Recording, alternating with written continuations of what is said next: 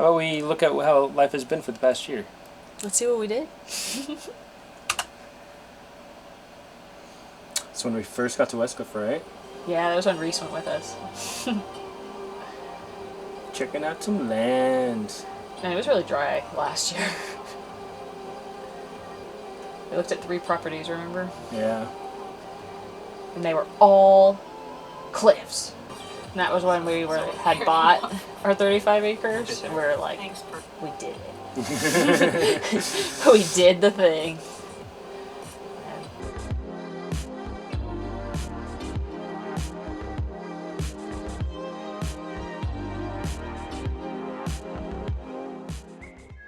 Finishing touches for our Seminole Heights house in Tampa.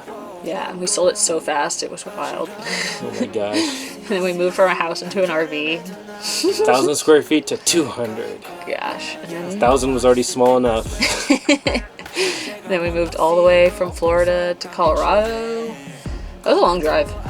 It was, especially when we only stopped one night each. Oh my gosh. It's tiring. We were exhausted. Setting up, taking down. Yeah. Then we got to go to Taos, which was really cool. We did all that great hiking. That was one of my favorite hikes, I think. The dogs love that. There's a lot of people. Oh. Taos Cow. Taos Cow. If you're ever in Taos Cow for ice cream. And then in July, we finally made it to Westcliff.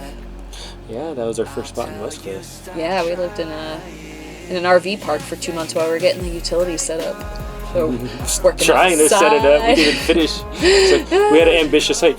Let's set up the solar by the end of August. Yeah, by the time we move on there, we're like, we got the drive, which was good though. Yeah, it was good because we learned a lot more about the land and layout. Yes, and it was good that we worked with someone to do the driveway and the septic system because we learned a lot about like placement of things and just the terrain and like local geography and stuff. If I did the driveway, it would have been way different and wrong. That was when we started the utility shed. Yeah. I'm so proud of that. Like, I love that we built that. That one was supposed to be only for cistern. Mm-hmm. And for water, though we do have a water cistern in there, we're not using it for that. We're only using it for power right now. It's just a power shed. It's a power shed. I bet it'll feel that amazing to build our house, which I'm excited for.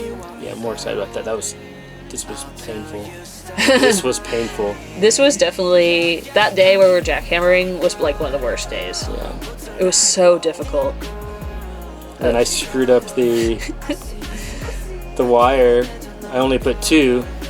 We needed 4. It's supposed to be 2 sets. And then Lauren came and stayed with us for like a month, and it was awesome because having that a lot. Yeah, having that second set of hands was so helpful, especially with the concrete. In my heavy lifting. My shoulder's starting to give me more trouble. I actually still need to go to the doctor about them. Yeah, so it was really helpful to have her. Yeah. It was great once we started putting all the solar panels up, and we were able to like connect our RV to the solar instead of running off the generator all the time. Mm-hmm. It's like one of the proudest days of my life. And it worked. And it worked. That was the most important part. Yeah. We definitely shouldn't have went over. I don't know why we went over. She went to the side. But we made it so hard on ourselves. Yeah, I was like, as we were doing, I was like, I don't think that's right. Well, it's too late now. Too late now. There's Lauren screaming about the like screeching sound of metal on metal. You wired it all by yourself. There it is. One of the largest arrays in our area. And then we left. It was so freaking windy. Somebody else can have it. Yeah. Just kidding.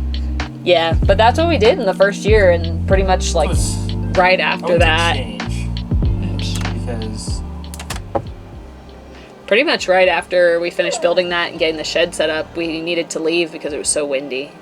But it's really cool to see everything we did. I wish we stayed, but the wind was dangerous for the RV and also first-time builders. Yeah. So we are not professionals. We're not professional, and it's fine.